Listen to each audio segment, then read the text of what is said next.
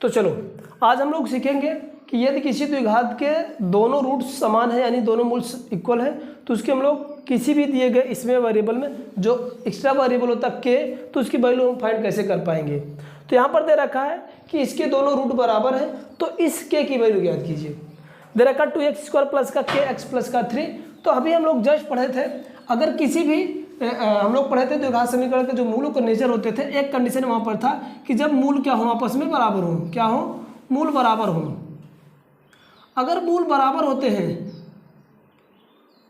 तो उस केस में हमारे पास एक कंडीशन बनता था, क्या, d इज इक्वल टू क्या होता था, b² माइनस का 4।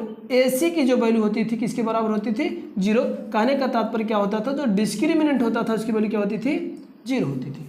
ये मूल बराबर के केस में होता था, रियल एंड इक्वल वो था रूट। तो उस केस में अगर हम कह पाए तो अब यहाँ से अगर ABC की वैल्यू अगर निकाल पाए तो A की वैल्यू कितना दिख रहा है आपको, 2, बोलो।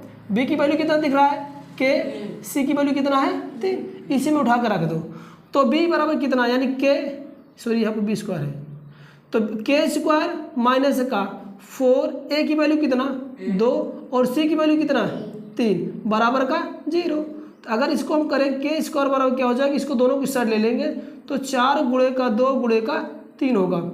अगर K की वैल्यू हम फाइंड करने का प्रयास करें तो प्लस माइनस में रूट में क्या हो जाएगा, 4, 2 और 3 होगा, जिसका पेयर बनेगा वो बाहर आ जाएगा।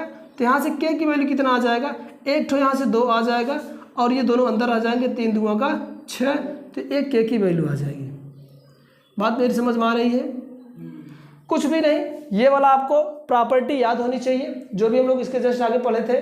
जो द्विघात समीकरण की जो मूलों की प्रवृत्ति होती थी, 3 कंडीशन हुआ था, जिसमें एक था ये कि अगर उसके दोनों मूल बराबर होते थे, जो डिस्क्रिमिनेंट की वैल्यू होती थी यानी D की वैल्यू जो होती थी किसके बराबर होती थी, 0 के बराबर। और D की वैल्यू हम लोग क्या इसको बोलते थे, D बराबर क्या होता था, b² माइनस का 4AC। अब ABC की वैल्यू हम लोग दिए गए क्वेश्चन से फाइंड कर पाएंगे। जैसे मेरे को ABC की वैल्यू फाइंड कर पाएंगे, इस वाले समीकरण में रखेंगे यानी इस वाले फार्मूले में रखेंगे, तो हमारे पास उस जो भी वेरिएबल रहा कहीं पर K यूज कर दे या ABCD यूज कर, कुछ यूज कर दे, तो उसकी वैल्यू हम लोग इस तरह से निकाल पाएंगे। ठीक है ना। तो ये था आपका, किसी भी दिए गए मूल को बराबर था तो उसका सोल्यूशन क्या होगा, ऐसे निकालेंगे। अगर आप सभी को वीडियो अच्छी लग रही है तो ज़्यादा से ज़्यादा शेयर करो, लाइक करो, चैनल पर नए हो तो इसी प्रकार की वीडियो देखने के लिए सब्सक्राइब कर लीजिए। चलिए आगे चलेंगे, इसको नोट कर लीजिए आप लोग।